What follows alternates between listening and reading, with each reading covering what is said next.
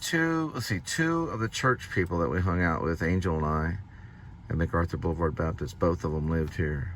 They were a mixed couple, black and white. They had beautiful children, and we'd help the children out.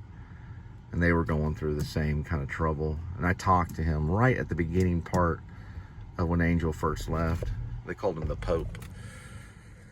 And I just didn't want to deal with it anymore, you know. He said, well, if you're going to do your movie star thing, go do your movie star thing.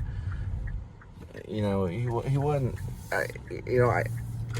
it's not, you know, the thing is that he was the one that almost caught her when she was about to pass out in the wedding. I didn't catch it myself because Angel was locking her knees or something, and she was a little wheezy. She almost fell over when we were getting married. We got married outside in the backyard in Van Zandt County in a ranch. It was like a ranch, so it was a backyard.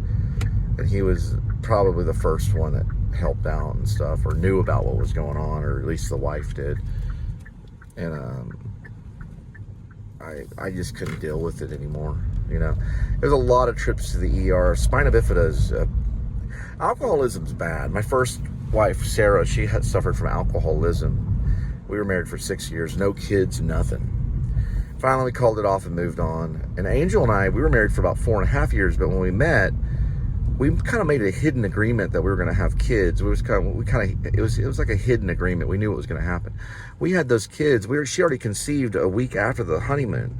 So we were only married. We barely were married. By the time she was giving birth, I was still getting to know her. And then we had David, and then less than a year later, after David, we had Elizabeth. And then we waited 2 or 3 years, and then we had Gwendolyn. And then she cut the tubes, and I pretty much hinted at the divorce because I told her, I said, do not cut your tubes. I don't agree with it. I think it's a wrong thing to do. I think there should always be a possibility, a chance, you know. A woman can have a child up to 60 years old.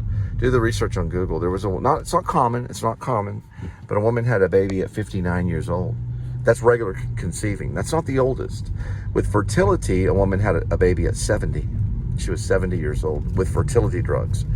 But without the fertility drugs, a woman could have a baby up to 59 years old. So I wanted that possibility as long as I could. It was a big aspect of the marriage. Even though we waited 3 years to have Gwendolyn after we already had the other two back to back. Without that possibility, I didn't want it anymore. I had no passion towards her. She already cut the tubes off. Since there was no possibility, I moved on.